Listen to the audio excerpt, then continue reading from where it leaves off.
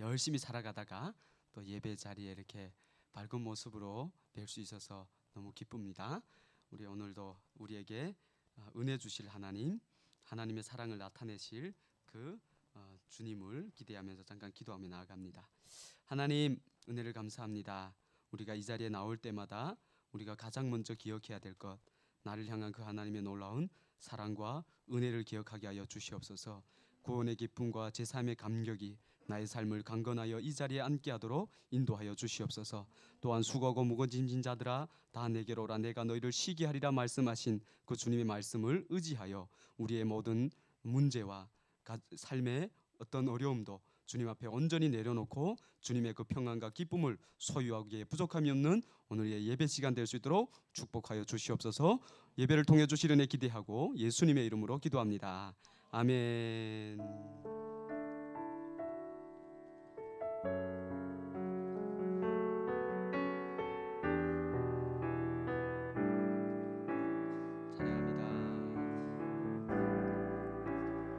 아침 안개 눈앞 가리듯 나의 약한 믿음을 심쌓일 때 고요하게 들어온 주의 음성, 아무것도 염려하지 마라. 빗줄기에 바위 패이듯 나의 작은 소망 사라져갈 때 고요하게 들리는 주의 음성, 내가 너를 사랑하노라. 외로움과 방황 속에서 주님 앞에 나아갈 때에 위로하시는 주님, 나를 도우사 상한 나의 마음 감싸 주시네. 십자가의 보혈로서 주의 크신 사랑 알게 하셨네. 주님께 감사하리라. 언제나 주님께 감사해. 우리 다시 한번 고백할까요? 아침 안개, 아침 안개 눈앞 가리듯 나의 약한 믿음을 심쌓일 때 부드럽게 다가온 주의 음성, 아무것도 염려하지 마라. 아무것도 염려하지 마라. 빗줄기에 바위 패이듯 나의 작은 소망 사라져갈 때 고요하게 들리는 주의 음성, 내가 너를 사랑하노라. 내가 너를 사랑하노라. 고백합니다. 외로움과 방황 속에서 주님 앞에 나아갈 때에 위로하시는 주님, 나를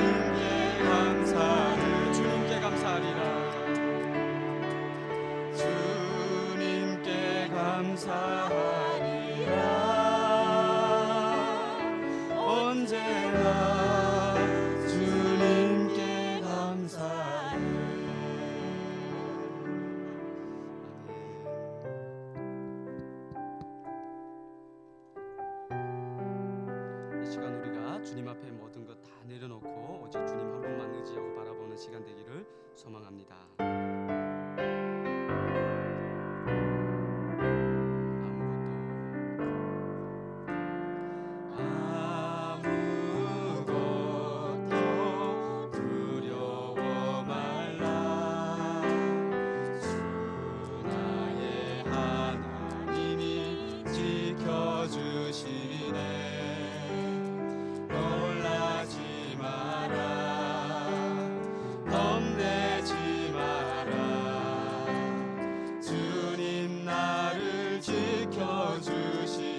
다시 고백할까요? 아무것도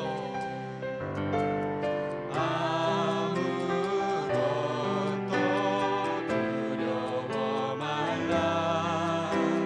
주 나의 하나님이 지켜주시네. 놀라지 마라. 겁내지 마라. 주님 나를 지켜주시네. 내 맘이 힘에 겨워 지칠지라도 주님 나를 지켜주시네. 세상의 험한 풍파 몰아칠 때도 주님 나를 지켜주시네. 주님은 나의 산성, 주님은 나의 요새, 주님은 나의 소망, 나의 힘이 되신 여호와. 다시 고백합니다. 아무것도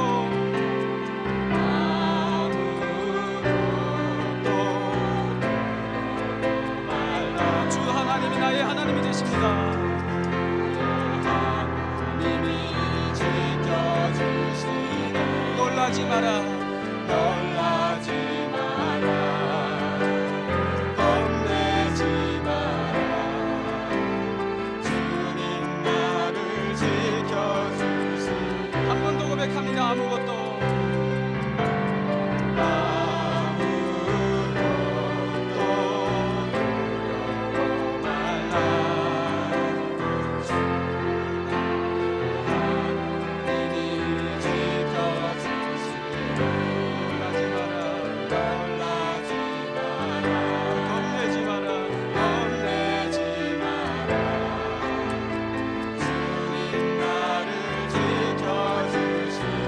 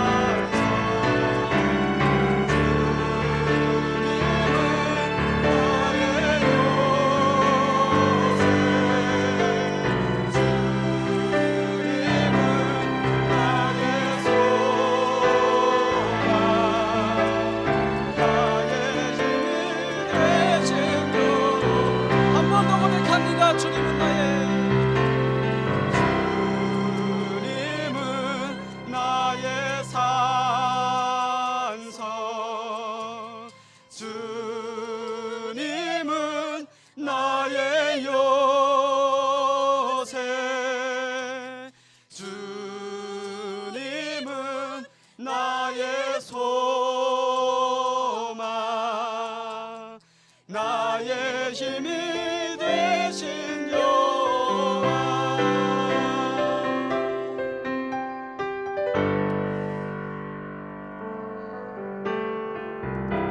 아멘.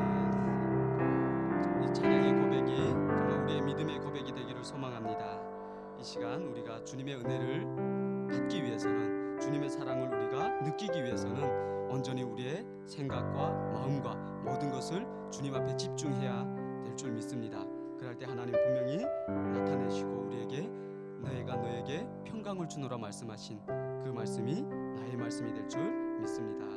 약속하신 그 하나님이 신실하게 이루실 것을 우리가 기대하며 우리가 마지막으로 오 신실하신 주 한번 찬양합니다.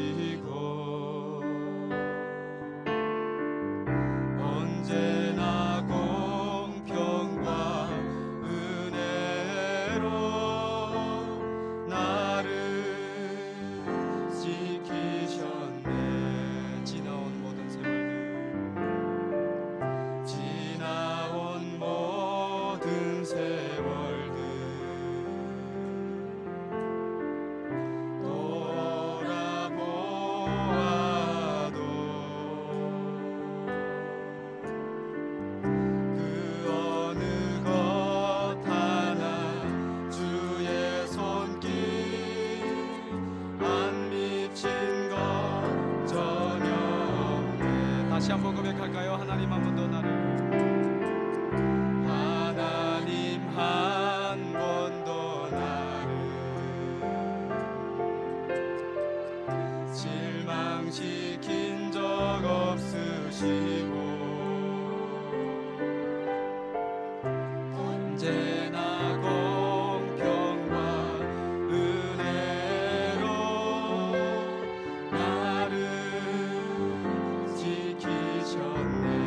지나온 모든 세월들, 지나온 모든 세월들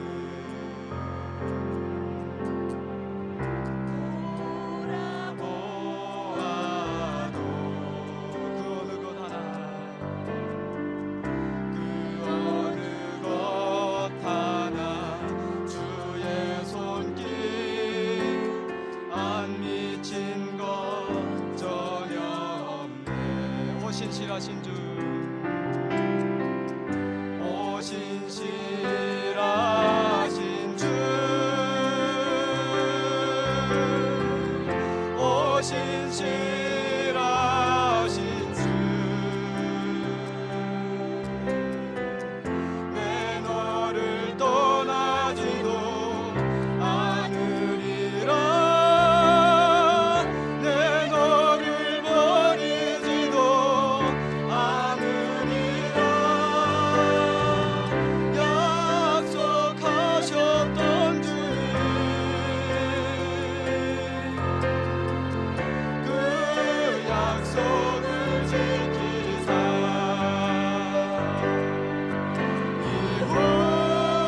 이후로도 영원토록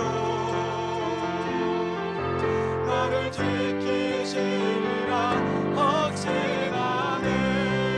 한 번 다시 찬양할까요? 하나님 한 번 더 나를, 하나님 한 번 더 나를 실망시킨 적 없으시고 실망시킨 적 없으시고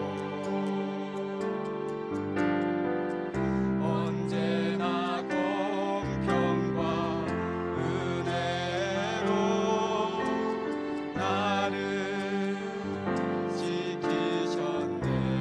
지나온 모든 세월들, 지나온 모든 세월들 돌아보아도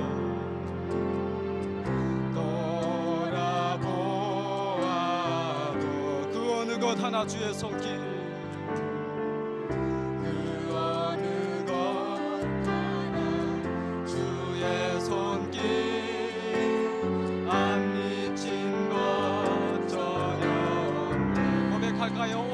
신실하신 주, 오 신실하신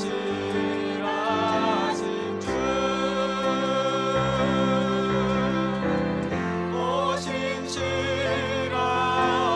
주, 내 너를 떠나지도 않으리라. 내 너를 떠나지도 않으리라. 내 너를 버리지도 않으리라. 약속하셨던 주님, 약속하셨던 주님, 그 약속을 지키사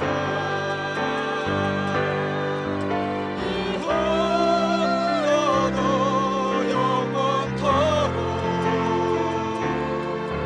나를 지키시리라 확신하네. 오 신실하신 주 한 번 더 찬양합니다. 오 신실하신 주, 오 신실하신 주,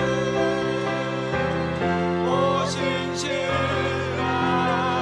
주, 내 너를 떠나지도 않으리라. 내 너를 떠나지도 않으리라. 내 너를 버리지도 않으리라. 너를 버리지도 않으리라. 약속하셨던 주님, 그 약속을 지키사 이후로도 영원토록 이후로도 영원토록 나를 지키시리라 확신하네. 이후로도 이후로도 영원토록 나를 지키시리라 확신하네. 이후로도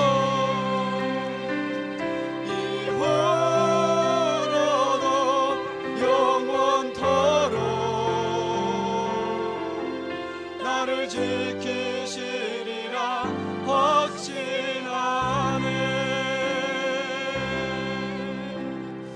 아멘. 그렇습니다. 하나님, 하나님 아버지, 저희가 방금 전 아무것도 염려하지 말라 그런 찬양을 하나님께 올렸습니다. 하나님 살아계십니다. 하나님 이 자리에 계십니다. 하나님 저희들을 사랑합니다. 하나님 어찌 저희들에게 염려가 있겠습니까? 오늘 찬양대로 저희들 주님 때문에 아무 염려가 없습니다. 이것이 이 시간 우리들의 진설된 고백입니다. 아멘. 하나님, 오늘도 찬양 중에 거하시는 그 하나님 아버지를 우리 모두가 느꼈습니다. 하나님, 저희들에게 이 아침부터 이렇게 크신 은혜를 내려주심에 감사를 드립니다. 그 하나님께 이 시간 우리 모두 영원 무궁토록 찬송과 영광과 존귀와 감사를 올립니다. 하나님, 이 높임들을 홀로이 받아 주시옵소서. 아멘. 고마우신 아버지 하나님, 저희들 지난 한 주간의 삶의 모습을 바라다 볼 때 도저히 주님 앞에 나올 수 없는 부끄러운 삶의 모습들이 너무나도 많았습니다. 함에도 오늘도 주께서 저희들을 부르시기에 저희들은 그 부끄러움을 무릅쓰고 다시금 예수 그리스도의 보혈을 의지하고 이 자리에 나왔습니다. 하나님, 우리도 각자 심령 안에 있는 우리의 생명 되신 예수 그리스도의 보혈을 보시고 하나님, 지난 주간 저희들이 삶 속에서 자범하였던 그 모든 죄들을 사하여 주시옵소서. 하나님, 이 시간 예수 그리스도의 보혈로 정결함을 받은 모든 심령들이 드리는 이 시간의 예배를 하나님 기뻐히 받아 주시옵소서. 고마우신 아버지 하나님, 오늘도 예배 가운데 귀한 하느님의 말씀을 허락해 주심에 감사를 드립니다. 이 귀한 하느님의 말씀의 대언자로서 주께서 귀히 사용하시는 강홍산 목사님을 세워주심에 감사를 드립니다. 하나님 세우신 종, 오늘도 성령 충만한 가운데 선포되는 하나님의 말씀이 생명과 진리와 능력의 말씀이 될 수 있도록 이 시간 함께하여 주시옵소서. 하나님, 강홍산 목사님, 이 몸된 교회와 신학교에서 주님을 열심으로 섬기는 귀한 하나님의 종입니다. 하나님, 성령 충만한 가운데 주께서 허락하신 그 사역을 잘 감당하는 하느님의 사람이 되게 하시고, 강홍산 목사님 하느님의 자랑거리가 되게 하시고 하나님의 기쁨이 되게 하여 주시옵소서. 고마우신 아버지 하나님, 또 오늘 이병재 목사님 오늘 예배를 인도하십니다. 하나님, 이병재 목사님에게도 같은 은혜를 내려 주시옵소서. 하나님의 자랑거리가 되게 하시고 하나님의 기쁨이 되게 하여 주시옵소서. 하나님의 삶의 모든 영역을 주장하여 주시옵소서. 고마우신 아버지 하나님, 이 시간 김권우 목사님을 위하여 기도드립니다. 인천 하나은혜교회 하나님께서 담임으로 세워주셨습니다. 하나님, 성령 충만한 가운데 이 몸된 교회를 주의 뜻 가운데 주님 보기에 아름답게 이끌어가는 하나님의 귀한 종이 되게 하여 주시옵소서. 항상 건강을 지켜주시옵고, 지금 이 시간 하나님 루마니아에서 하나님의 복음을 들고 그곳에서 말씀을 선포하고 있습니다. 하나님, 하나님께서 함께하사 그 말씀을 통하여 그곳에 많은 심령들 하나님 깨어지며 회개하며 자복하며 돌아서는 놀라운 역사들이 있게 하여 주시옵소서. 아멘. 하나님, 김건우 목사님으로 인하여 루마니아 그곳에 이 시간 영적인 질서가 바뀌게 하여 주시옵소서. 하나님, 그곳의 사람들이 하나님의 복음 때문에 깜짝 놀라게 하여 주시옵소서. 아멘. 그렇게 역사하여 주시옵소서. 오는 길도 지켜주시옵고 하나님, 건강한 모습으로 다시 뵙게 하여 주시옵소서. 아멘. 또 하나님, 교회를 위하여 섬기는 여러 부사역자들 함께 하시고 성령의 충만한 가운데 주님의 몸된 교회를 귀하게 섬기는 아름다운 사역자들이 될 수 있도록 인도하여 주시옵소서. 아멘. 오늘도 많은 심령들 예배를 위하여 수종 들었습니다. 하나님, 그들의 수고를 기억하시고 그들에게 하나님 복을 내려 주시옵소서. 하나님, 이 시간 우리 모르는 하나님의 말씀을 들을 시간입니다. 하나님 세우신 종을 통하여 오늘도 말씀하시옵소서. 종들이 듣겠습니다. 하나님, 저희들 간에 어느 한 심령도 이 귀한 하나님의 말씀을 또 하나의 하나님에 관한 지식으로 머리에 쌓아두는 연약함 없게 하시고, 오늘 말씀이 하나님 우리의 심장을 떨리게 하시고 하나님 우리의 가슴을 울리게 하여 주시옵소서. 아멘. 그래서 이 한 주간 이 땅을 살아가며 하나님의 말씀을 삶 속에 철저히 적용하며 살아가는 하느님의 사람들로 이 땅을 살게 하옵소서. 하나님, 삶 속에서 하나님의 말씀 때문에 손해볼 일이 있더라도 하나님 감사하며 그 손해를 감당하는 하나님의 사람들로 이 한 주간을 살 수 있도록 삶의 모든 영역을 주장하여 주시옵소서. 하나님, 예배의 모든 순서를 하나님께 위탁드리오며 이 모든 기도 예수님의 이름으로 하나님께 올렸습니다. 아멘.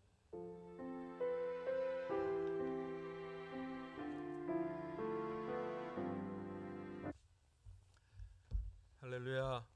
우리 성도님들 잘 지내셨습니까? 네. 오늘도 제가 설교 준비를 하다 보니까 너무 의욕이 넘쳐가지고 5장 전체를 다 설교를 하려고 처음에는 생각을 했어요. 그래가지고 제가 사모님한테 본문하고 제목을 보내드릴 때는 뒷부분을 읽고 앞에까지 전체를 다 설명을 하려는 그런 생각이었습니다. 그런데 막상 묵상을 하고 공부를 하고 하면 할수록 앞에 부분에서도 할 얘기가 너무 많은 거예요. 예, 이거 그냥 너무 그냥 훑고 지나가는 식으로 하기가 너무 아쉽다 그런 생각이 들었습니다. 그래서 차근차근 너무 이렇게 분량에 쫓기지 않는 마음으로 오늘 1절에서부터 18절까지의 내용을 보려고 합니다. 그래서 제목도 바뀌었습니다. 진짜 병명. 이 사람의 진짜 병이 뭔가? 라고 하는 것이겠죠. 네. 제가 이렇게 설교 본문과 제목을 바꾼 만큼 또 여러분에게 실제로 그렇게 또 흥미롭고 은혜로운 그런 말씀이 돼야 될 텐데 또 저에게는 부담이 되는 것 같습니다. 예, 오늘 본문에 보게 되면은요, 예수님께서 베데스다라고 하는 그 못에 여기 못이라고 이렇게 표현이 되어 있습니다. 우리가 그냥 일반적으로 우리 한국말에 못 그러면은 그냥 이렇게 그 작은 연못 같은 걸 못이라고 그러죠. 일반적으로 자연적인 것을 못이라고 하는 것 같은데 사실은 이것은 그냥 작은 연못이 아니고요. 풀이라고 생각을 하시면 더 맞겠습니다. 그러니까 인공적으로 만든 시설이에요. 그러니까 작은 연못이 있다 이런 생각보다는 지금도 이제 그 예루살렘에 가면은 그 내려오는 그 베데스다 그 못이 있습니다. 크기도 그렇게 크지 않습니다. 글쎄 이방의 한 반만한 정도일까요? 제 기억이 그렇게 크지 않았던 것 같습니다. 그런데 여기에 3절에 보게 되면은 많은 사람들이, 많은 병자들이 모여 있습니다. 자, 여기에 이제 그 주인공이라고 할까요? 물론 주인공은 예수님입니다만은 예수님과 함께 이 장면에 있어서 나름 굉장히 중심되는 주목을 받고 있는 인물로 소개되고 있는 사람이 38년 된 병자가 소개됩니다. 그것이 5절에 나오죠. 거기에 38해 된 병자가 있다 이렇게 소개가 되고 있습니다. 그런데 병명은 소개되고 있지 않습니다. 무슨 병을 앓고 있는 걸까? 아마도 불치병이겠죠. 38년이나 앓고 있습니다. 5절을 보게 되면은 우리 한글 성경은 38해 된 병자 이렇게 되어 있습니다만은 사실 요걸 좀 풀어서 얘기를 하면은 이 병자는 앓고 있는 사람이에요. 그 동사를 사용을 하고 있어요. 그냥 우리 말처럼 병자, 아픈 사람 이렇게 되면은 뭐 형용사, 명사 이런 식으로 압축적으로 쓰지를 않고 아픈 사람이 있는데 38년 됐다라는 의미로 표현을 하고 있습니다. 38년 됐다면은 거의 뭐 평생 아픈 환자라고 봐도 될 것 같아요.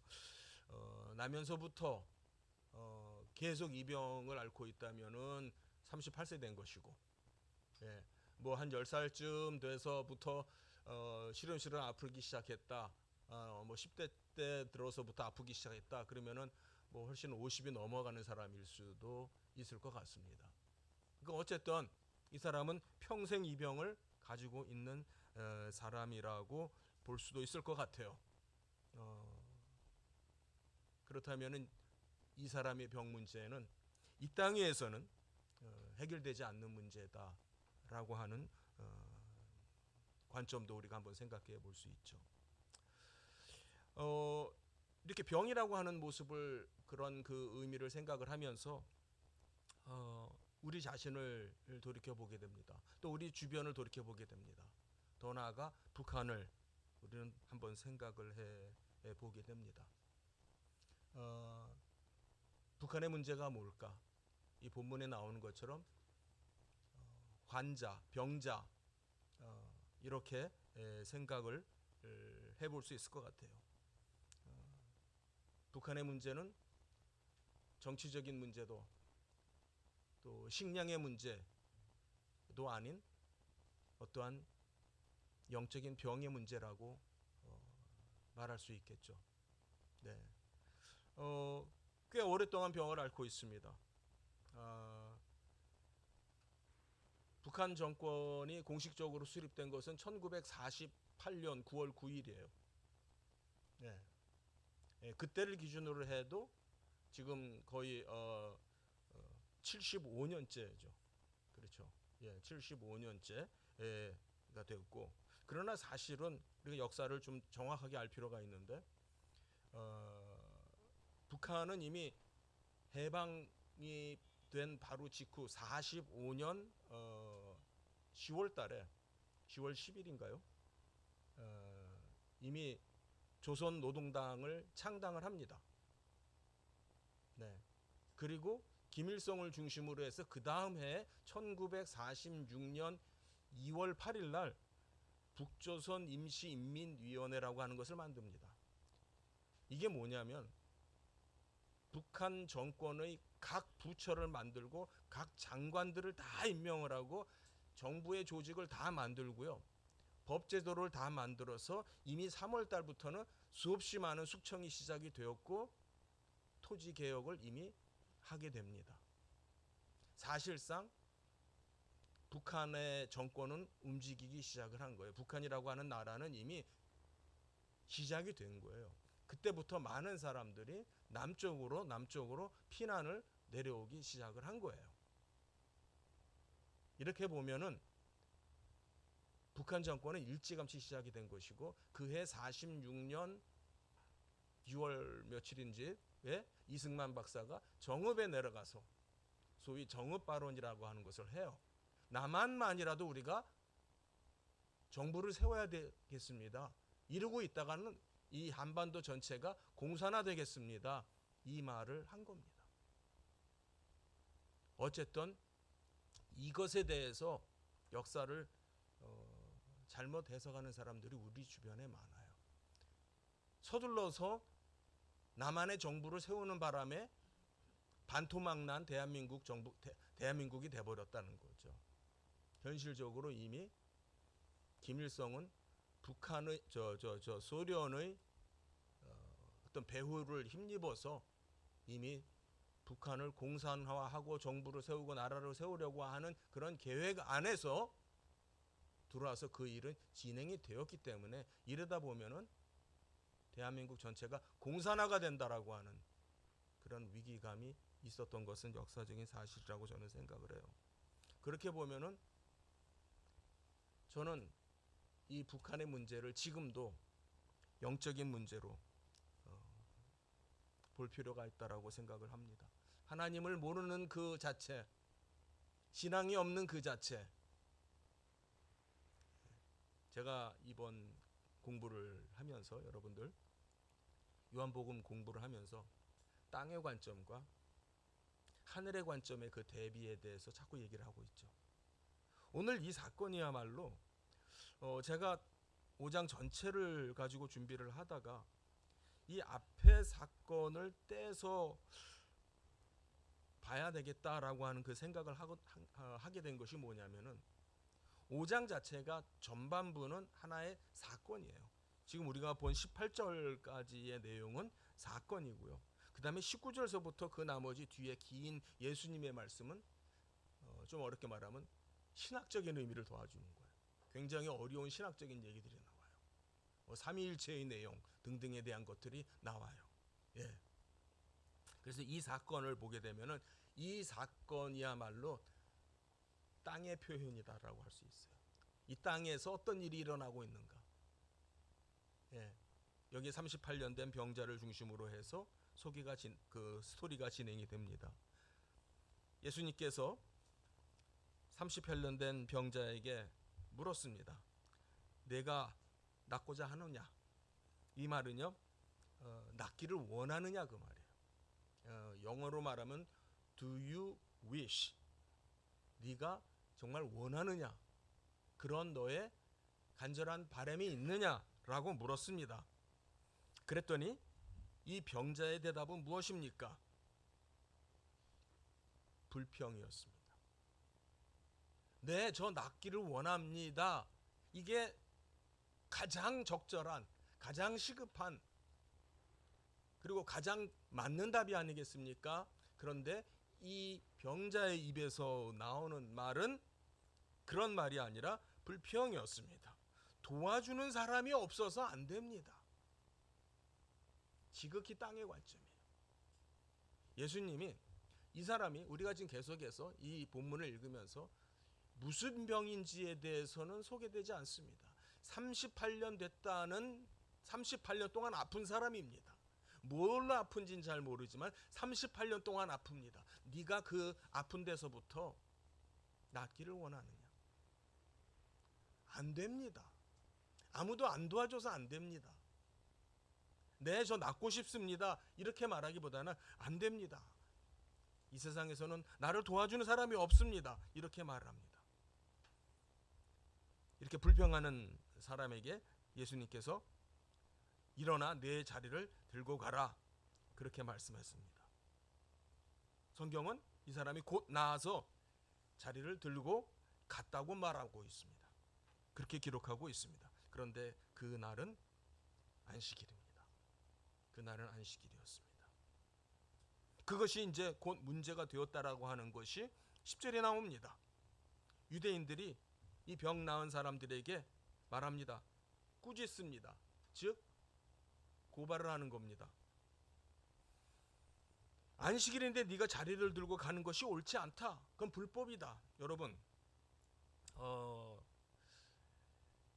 오래전의 일이었는데 예루살렘의 어느 호텔에 묵었댔어요. 주말을 이제 거기서 지내게 됐는데 토요일이 됐습니다. 제가 제 방이 좀 높은 층이었어요. 그런데 토요일 날 이제 엘리베이터를 타고 이제 내려와야 될 거 아닙니까? 엘리베이터를 눌렀습니다. 내려가기 위해서. 엘리베이터가 와서 문이 열려요. 탔습니다. 그 다음 층에 내려가서 문이 또 열려요. 그리고 닫히더니 또 그 다음 층에 또 내려가요. 또 저절로 또 열리고 또 닫혀요. 매 층을 그러는 거예요.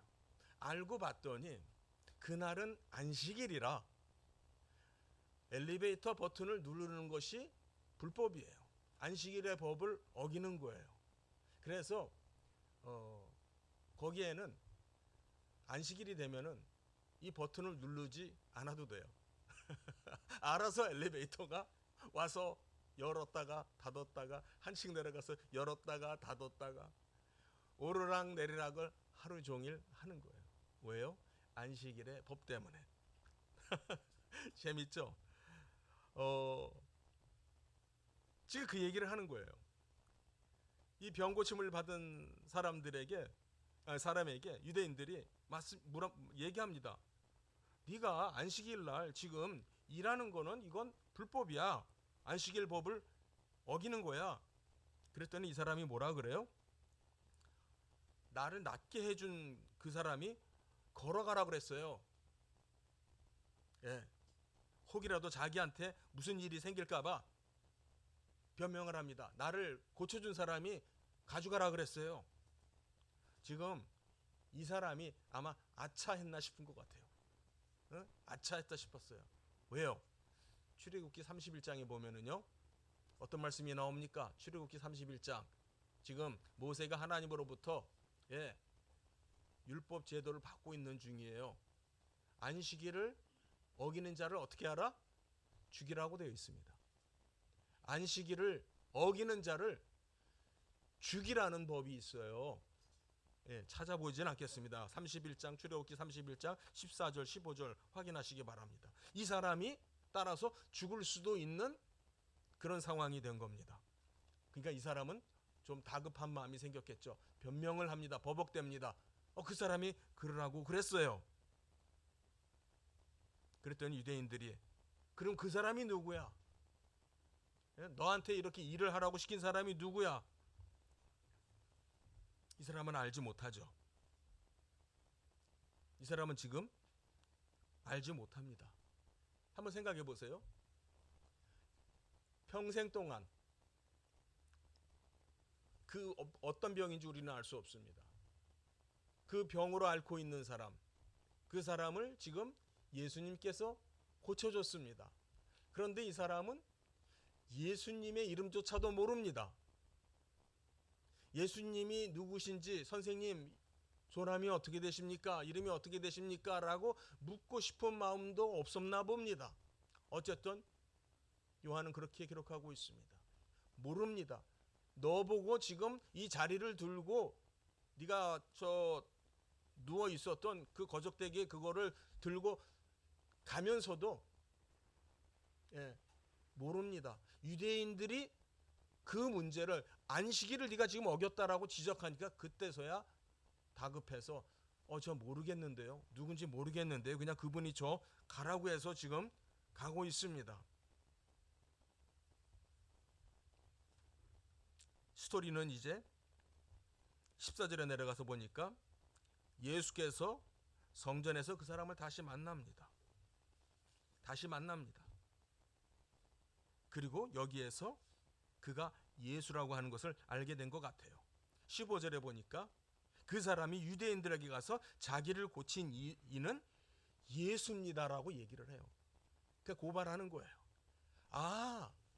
나를 고쳐준 사람이 예수예요. 쫄랑쫄랑 가가지고서 저 양반이 나보고 이거 들고 가라 그랬어요.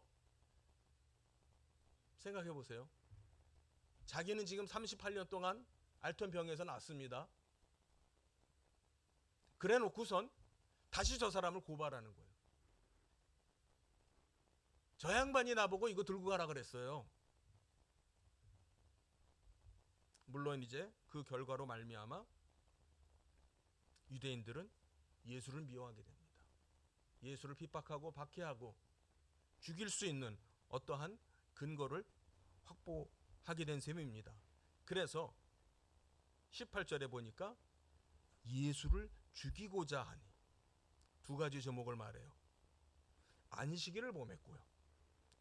그 다음에는 하나님을 자기의 아버지라고 해서 자기가 내가 하나님이다 라는 그런 말을 했다는 거예요. 그것은 그 바로 17절에 나오는 하나님을 내 아버지다, 나의 아버지, my father 이렇게 불렀다라고 하는 데서부터 문제가 오는 것이죠.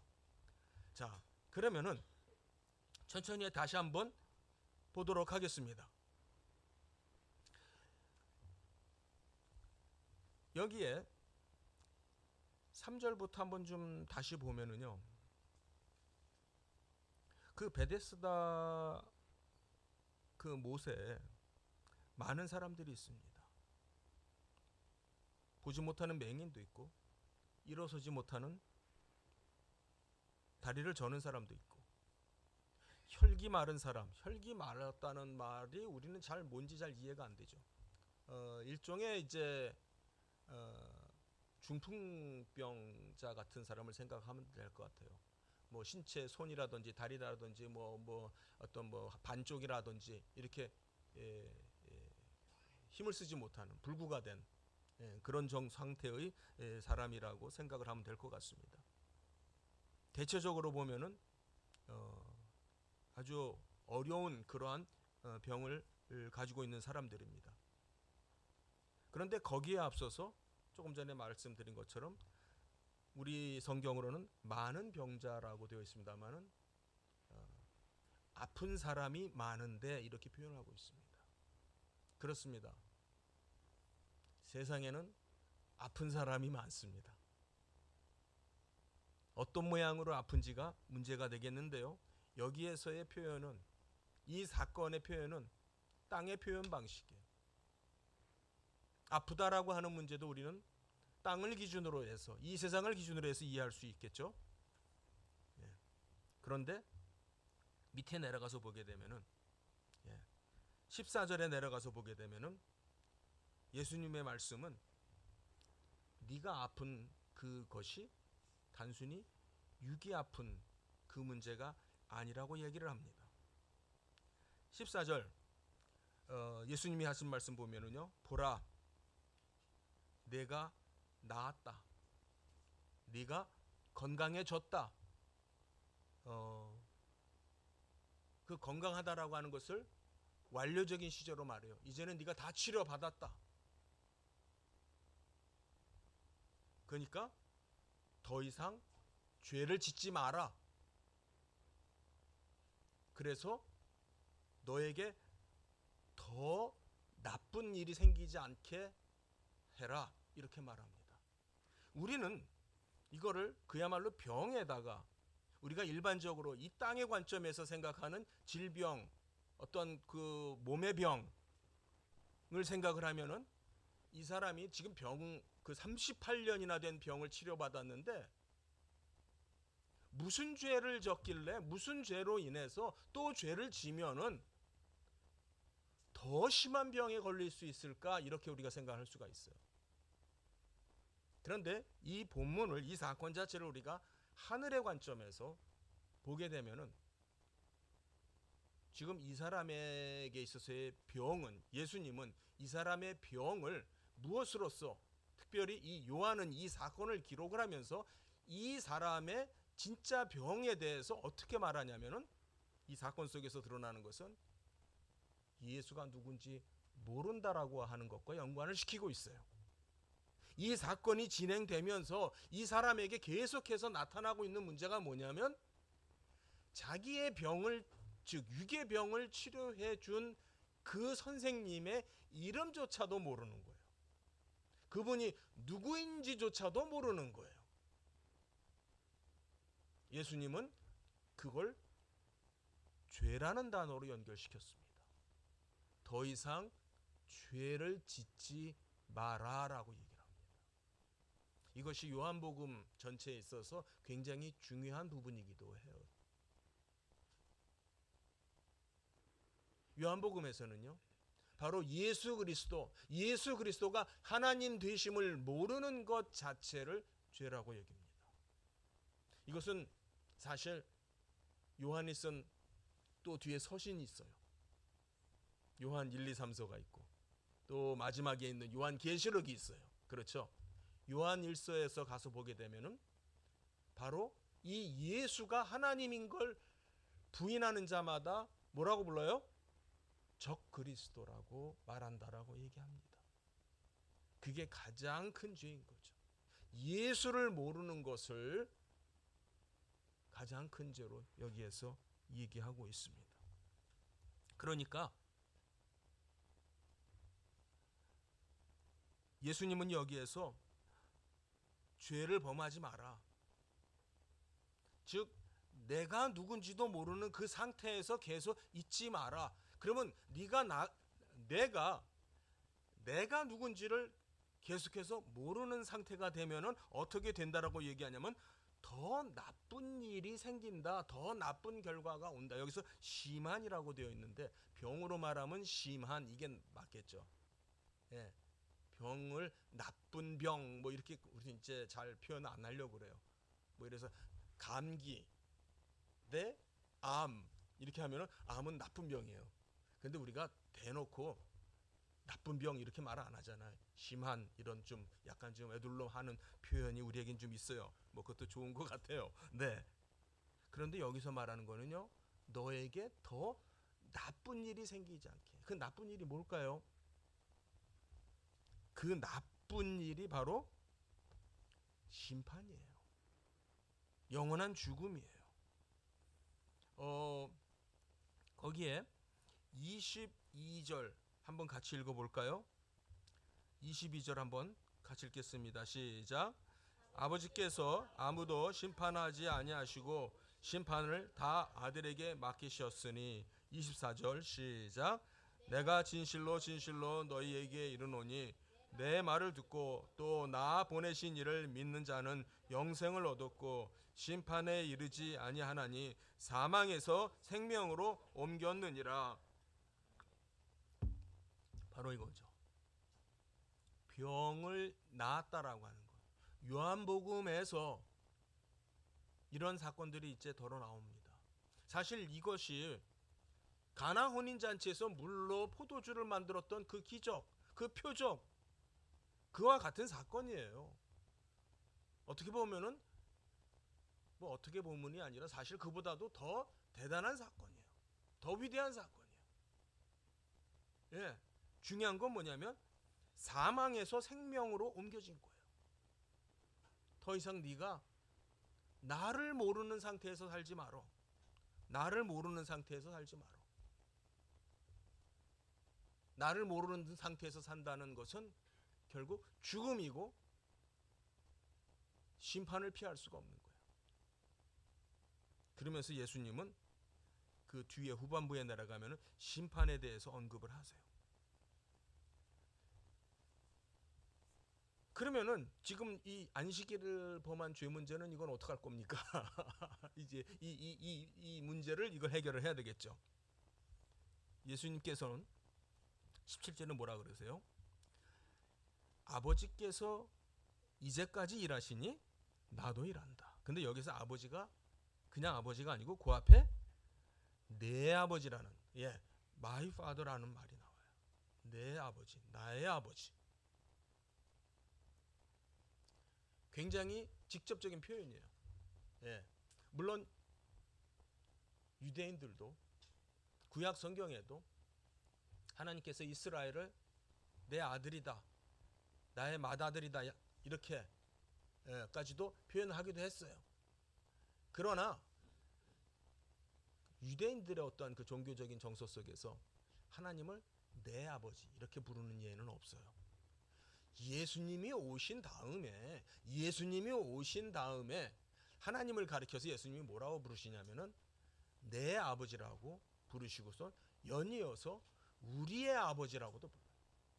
나와 너의 아버지다라고 해서 우리 아버지, 하늘에 계신 우리 아버지 이렇게 부르시죠. 그분이 이제는 나와 여러분의 아버지입니다 이렇게 부르는 거예요. 그게 예수님이 오셔서부터 가능하게 된 건데요. 여기에서 예수님은 바로 그 하나님이 나의 아버지, my father라고 얘기를 하는 거예요. 그것이 요한복음에 있어서 굉장히 중요한 사상이에요. 신학이에요. 하나님은 나의 하나님입니다. 그러면 나의 하나님이라고 부를 때, 나의 아버지라고 부를 때 그 의미가 뭐냐? 유대인들이 한 말을 통해서 요한은 해석을 잘 해줬어요. 하나님을 자기의 친아버지라고 부르는 것은 자기를 하나님과 동등으로 여기신 것이다, 삼은 거다. 자신이 하나님이다라는 말을 한 거다라고 요한은 그 의미를, 신학적인 의미를 유대인의 입을 빌려서 그렇게 표현을 하고 있습니다. 그러면 이 안식일에 일을 하는 문제는요, 17절에 보니까 내 아버지께서 이제까지 일한다라는 표현이 나옵니다. 이제까지라는 말은요, 지금도라는 말이에요. 여기에 이제, 지금은 어느 날을 말합니까? 안식일을 말하죠. 하나님은 안식일에도, 즉 오늘이 안식일인데 하나님은 지금도 일하고 계시다, 그 얘기를 하는 거예요. 하나님은 지금도, 지금 안식일인 이 오늘도 일하고 계시므로 나도 일을 한다, 그렇게 얘기를 합니다. 그 말은 당신이 하나님과 같은 분이시다라고 하는 이야기를 한다는 말인 거죠. 한번 정리를 하겠습니다. 여러분, 이 본문의 내용을 한번 이 38년 된 이 병자를 놓고 한번 좀 생각을 해보세요. 예수님은 왜 이 사람을 고치셨는가? 이 병자가 무슨 병 고침을 받을 만한 뭔가에 좀 특별한 게 있었나? 사실 아무것도 없었습니다. 아무것도 없었어요. 이 병자가 무슨 뭐 믿음이 있다든지 라고 하는 문제에 있어서 아무런 내놓을 만한, 칭찬할 만한, 자랑할 만한 것이 아무것도 없었습니다. 아까 얘기했던 대로 어떻게 해서 안식일에 자리를 들고 가느냐라고 그런 추궁을 받을 때 오히려 예수님에게 책임을 떠넘기려고 했던 사람입니다. 그리고 자신을 고쳐준 그 예수님의 이름도 모르는 사람이었습니다. 그리고 성전에서 예수님을 다시 만나서 그분이 예수님이라고 하는 것을 알고 난 뒤에는 다시 예수님을 유대인들에게 고발을 하는 사람이었습니다. 신고해버린 사람이었습니다. 그렇게 함으로써 이 사람은 자기가 안식일의 죄를 범한 그러한 죄명으로 크게 봉변을 당하는 일을 면할 거라고 그런 기대의 마음을 가졌던 것 같아요. 이 사람은 여기에서 이 성경은 정말 우리에게 굉장히 아주 어떻게 표현할까요? 이 자체가 어떻게 보면은 문학적인, 수사적인 그런 기교라고도 할 수 있고요.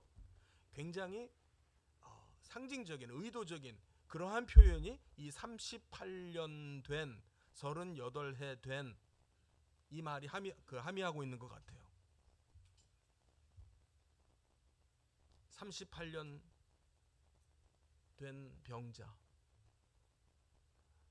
38년 동안 무엇으로 아프다는 건가? 이 사람이 38년 동안 아픈 게 뭔가?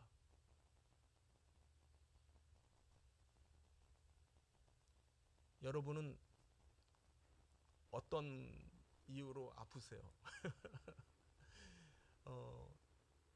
아침에 일어나려면은 저도 이제는 그냥 벌떡 못 일어나겠더라고요. 준비 운동을 하고 몸을 추스리고 조심조심 일어나게 돼요. 몇 년 전에 제가 크게 한번 아파서 정말 고생을 한 이후에는 아침에 일어나는 것 그 자체가 이제는 굉장히 조심스러운 그러한 과정이 되어버렸습니다. 우리 모두는 살면서 아프다라고 하는 문제를 지니고 사는 것 같아요. 아프다. 꼭 그걸 병이다 이렇게 안 부르죠.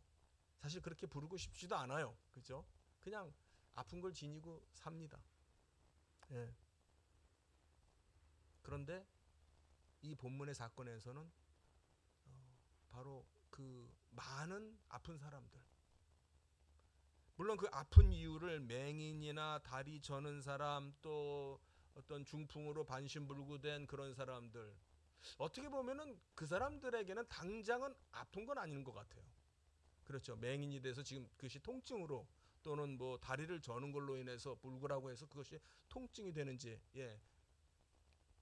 그렇게 심각한 그런 그 당면한 문제는 아닌 것 같은데 성경은 그 사람들을 많은 무리라고 얘기해요. 많은 사람들이 아프다라고 얘기를 합니다. 오히려 죄라는 관점에서 이 본문을 보게끔 하는 것 같아요. 아프다라고 하는 문제를, 죄의 문제. 근데 더더욱 불치의 그 병들, 이 땅의 어떠한 그 의학적인 수준이나 어떠한 방법, 여기에서도 살짝 유일한 가능성으로서 4절에 소개해주고 있는 내용은 뭐냐면, 천사가 가끔씩 내려와서 물을 휘저으면은 물이 이렇게 움직일 때 들어가는 사람은 낫는다. 무슨 얘기예요? 땅의 방법으로는 날 방법이 없고 아주 예외적인 기적적인 방법으로, 뭐 천사가 한 달에 한 번 오는 것도 아닐 것 같고요. 그렇죠? 날 정해놓고 어느 날 오는 것도 아니고, 뭐 한 달에 한 번이 됐던, 뭐 1년에 2번이 됐던, 그것도 아니고 언제 올지도 모르는 천사가, 물론 요 4절의 이 본문이 우리 한글 성경에는 있습니다만은 또 이제 다른 성경들에는 간혹 담고 있지 않은 그런 성경들도 있습니다. 그러나 지금 우리는 그 얘기 할 건 아니고요. 어쨌든 이 병자의 입에서 물이 움직일 때 나를 넣어줄 사람이 없습니다라고 얘기하는 걸로 봐서 그 내용 자체는, 즉 가끔씩 물이 이렇게 출렁거리는 현상이 있기는 있는 것 같아요. 예.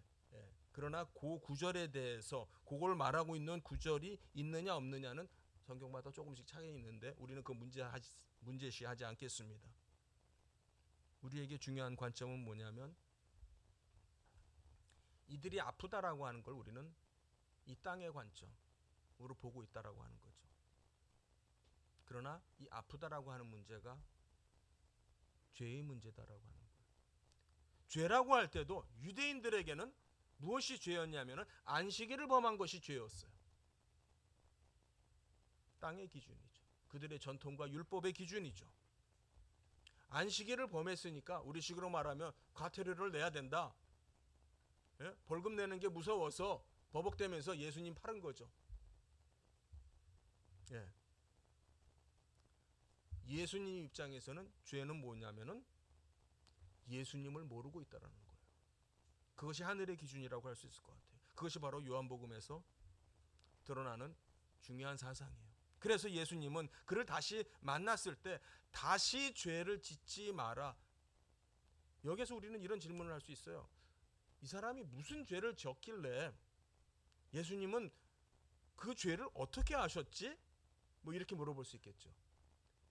예.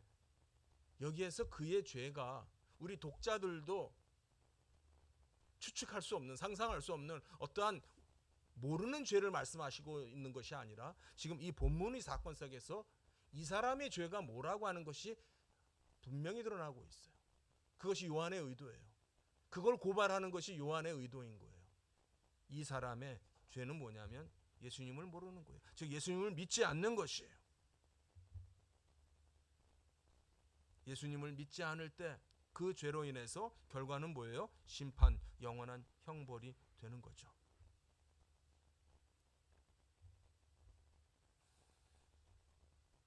사랑하는 성도님들, 우리에게는 실제로 육신의 병이 있기도 하고 또 우리 사모님 계속해서 투병 가운데 계시고 잘 진료받으시고 계셔서 너무나 감사해요. 또 성준 형제는 또 그러한 또 힘든 병으로 또 하늘나라 가시고, 예. 그러한 세상에는 질병이라고 하는 것, 몸의 병이라고 하는 것이 있어요. 그러나 정작 예수님께서 주목하신 병은 예수님을 모르는 그 자체를 병이라고 했습니다. 세상에는 많은 병자들이 있습니다. 예수님을 모르는 많은 병자들이 있습니다. 저 북녘 땅에는 예수님을 모르는 많은 병자들이 있습니다. 북한의 모든 주민들이라고 해도 거의 틀리지 않겠죠. 북한의 주민들은 모두 다 병자입니다. 그 말은 모두 다 죄인입니다. 다가오는 심판을 피할 수가 없는 죄인입니다. 이유는요, 예수를 모르기 때문입니다. 그것이 우리의 마음을 안타깝게 하는 이유입니다. 진짜 병명이 뭡니까? 진짜 죄명이 뭡니까? 진짜 죽어가는 이유가 뭡니까? 정치적인, 식량적인, 인권적인, 자유의 문제, 기타 등등의 문제, 그것은 땅의 관점입니다. 하늘의 관점에서 우리가 기도할 필요가 있어요. 정말 지금이라도 북녘 땅에 복음이 들어가는 것만이 답이에요. 평화 통일만이, 제가 말을 잘못했어요. 평화 통일이 아니라 뭐예요? 복음 통일만이 답이에요. 요즘 하도 평화 통일 듣다 보니까 저도 세뇌가 됐나 봐요. 죄송합니다. 평화 통일도 자유 통일도 답이 아니에요. 사랑하는 성도님들, 예수님만이 답이에요. 예수님만이 우리를 이 심판으로부터 건질 수가 있습니다. 예수님만이 우리를 죽음에서 생명으로 옮길 수 있다고 얘기하고 있습니다. 저 북한이 필요로 하는 것은 자유도 평화도 식량도 그건 땅의 관점이고요. 복음입니다. 예수님입니다. 우리가 안타깝게 생각해야 되는 것은 우리가 그 복음을 지금 저 북녘 땅에 전하지 못하고 있다라고 하는 것으로 인해서 안타깝게 생각해야 돼요. 분명히 약은 있어요. 분명히 예수님을 전해야 돼요. 예수님을 전하면은 치료받을 수 있어요. 고쳐질 수 있어요. 나을 수 있어요. 그런데